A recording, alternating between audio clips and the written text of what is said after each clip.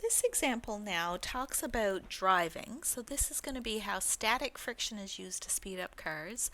But if you go into a skid, that means that the wheels are sliding on the ground, and that would be kinetic friction. So Jillian drives a Dodge Charger. She starts from rest and speeds up in 3.33 seconds. This is the maximum possible acceleration. As she speeds up, this is when the wheel is turning. It's not slipping on the ground, so this is going to be a part of static friction. Then she goes into a skid, so the wheels are locked. It slides on the ice and skids safely to a stop over this distance. Find the coefficients of static and kinetic friction. So let's just do a diagram, make sure we understand what's happening. I'll draw our ground here. So here's Jillian in her car. The first part of the motion, this is where she's speeding up. I'm going to label this part 1. So right in the very beginning, we'll put our coordinate system here. This will be the positive x. So this is where x is equal to 0, and here she's at rest. So VO equals 0 meters per second. In this part, as she goes from here to here, here's where she's speeding up.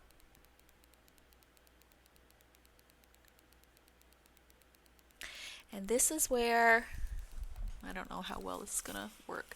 So when something rolls, the point of contact right at the ground, I think this doesn't show up very well, the point of contact right at the ground doesn't move, it doesn't slip relative to each other. That's what's happening with tires.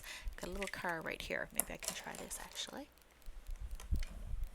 So you see as the car rolls along, the wheels don't slide against the ground.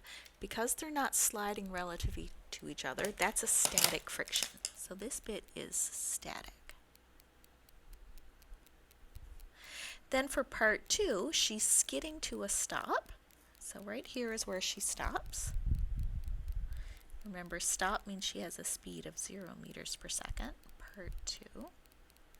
Here's where she's skidding along. So the wheels are jammed up and it just slides. So she slides like this along. The wheels are not turning. There's actual motion between the rubber of the tires and the road itself. That means this is kinetic friction. She skids. It's the skidding part that makes it kinetic. Okay, so now we have an idea of what's happening. We know we're going to use this information to find the static, this information to find the kinetic. What else do we know? We know that this bit takes 3.33 seconds. We know that the speed right here is 12.5 meters per second. We know that this bit from here to here is 28.5 meters. Okay, we've got all of our information on the diagram. That should help us with our solutions. So let's find the coefficient of static friction first. This is the part where she's speeding up. So let's start with a free body diagram. So here's the car. The forces that act on the car are the weight down, the normal force up, and the static friction. The car is going forwards, so the direction of the static friction has to be forwards. Okay, just like when you put your foot on the ground to walk, you push back on the ground pushes forward on you, so the direction of the static friction is forwards. It says this is the maximum acceleration. That means we have the maximum static friction. Put in our coordinate system, x and y. We want to identify the components, normal, static friction, weight. X and y components. The normal doesn't have an x component. The weight doesn't have an x component. Our static friction doesn't have a y. It's forward, so it's positive. And here in this table, we can, if we wish, put in that it's mu s times the normal force. Okay, so we want to find mu s. That's x information. To find something about friction, we need to know our normal force. Why don't we go ahead and find our normal force, because we know that's going to be useful for us. So let's use our y information and let's find our normal force. Sum of the forces in the y direction is mass times acceleration in the y. N minus mg is m times 0. It doesn't move vertically up or down, so that's 0. N equals mg equals, Well, we can find this if we wish, and maybe I'll even put this in brackets. N equals 1,803 kilograms times 9.81 meters per second squared equals 1,803 times 9.81. Oh my goodness, that's a big force. 17,687 newtons. There's the magnitude of our normal force. I think for illustrative purposes, to see how the algebra works out, I'm mostly going to work in symbols for a bit. Okay, so there's our normal force. We know that's important. We know that our static friction, Fs max, is mu s times the normal force, which is mu s times m times g. Okay, we'd like to find our static friction force, so let's use our equation in the x direction. So the sum of the forces in the x is mass times acceleration in the x. The only force we have in the x direction is our static friction. So Fs max equals m times ax. Fs max is mu s times m times g equals m times ax. This is why I wanted to leave my normal force as mg. See that our m's cancel here? So my coefficient of static friction then is mu s equals ax divided by g. This is a pretty simple expression. In order to solve this, we're going to have to figure out what is the acceleration. We can get that from all of this information right here. So let's make a list about what we know from part 1 and see if we can calculate that acceleration. So we know it starts at an initial position of 0. We know it starts with an initial velocity of 0. We know it has a final velocity of 12.5 meters per second. And we know that it takes 3.33 seconds to speed up. We can use this information and calculate the acceleration. We know v equals VO plus AT. V minus VO equals AT. A equals V minus VO divided by T.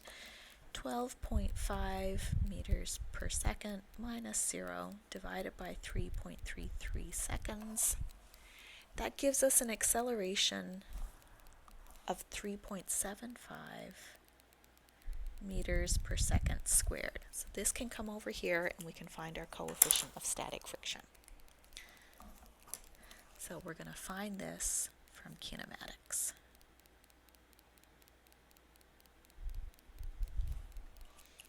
So our static friction then is 3.75 meters per second squared divided by 9.81 meters per second squared gives us a coefficient of static friction 0.383.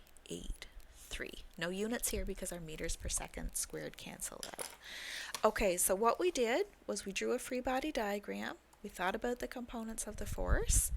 We found the normal force, and then we popped that in to write an expression for the friction force. We used our Newton's second law in the x direction to get us an expression for the coefficient of static friction. It depended on the acceleration, so we used kinematics to find the acceleration. Okay, now we've got our coefficient of static friction. The next part of the problem is to find the coefficient of kinetic friction. We're going to do something similar here like we did with the first part, except now we're in the second part of the motion. It's skidding. We've got kinetic friction. We know the initial and final velocities, and we know the distance. Let's apply the same method. We'll keep our same strategy. So we'll draw a free body diagram first. So here's Jillian in her car. The normal force from the road holds her up. The weight from the earth pulls her down. Now let's think about what's happening in this second part. Jillian is driving from here to here. She's coming to a stop. She's moving forwards, but she's slowing down. That means the acceleration must be to the left, which means that the kinetic friction force must be to the left. Okay, so the kinetic friction force is opposing the motion. Whoops, I called it an S. Put a big heavy K over that. So our kinetic friction is to the left. Put in our coordinate system and write our components.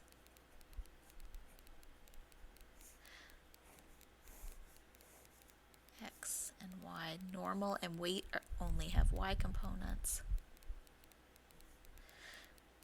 Oh my goodness. Okay. And the friction has no y component. They don't have an x, and the friction is negative in the x direction, so it's minus mu k times the normal force. Okay, we're going to use a similar approach. We'll use our y equation. Sum of the forces in the y is mass times acceleration in the y, and minus mg equals 0 because our acceleration is 0 because the car is not moving up or down, and equals m times g. Our kinetic friction is going to be minus mu times the normal force. Let's do the sum of the forces in the x direction is mass times acceleration in the x. We don't know the acceleration in the x, but we can certainly find it, and we will find it from our kinematics here. In the x direction, I've got minus mu k times n equals max. N is mg, minus mu k mg equals max. Divide both sides by m. Mu k equals minus ax divided by g. Okay, got to find my acceleration in the x direction. So let's make a list of all the information that I know. So I know that my initial speed is 12.5 meters per second. Jillian stops, so the final speed is 0 meters per second. The distance it takes her, delta x, is 28.5 meters. So our equation is v squared equals vo squared plus 2a delta x. V squared minus vo squared equals 2a delta x. A is equal to v squared minus vo squared divided by 2 delta x equals 0. Subtract 12.5 meters per second squared divided by 2 times delta x. That was 28.5 meters.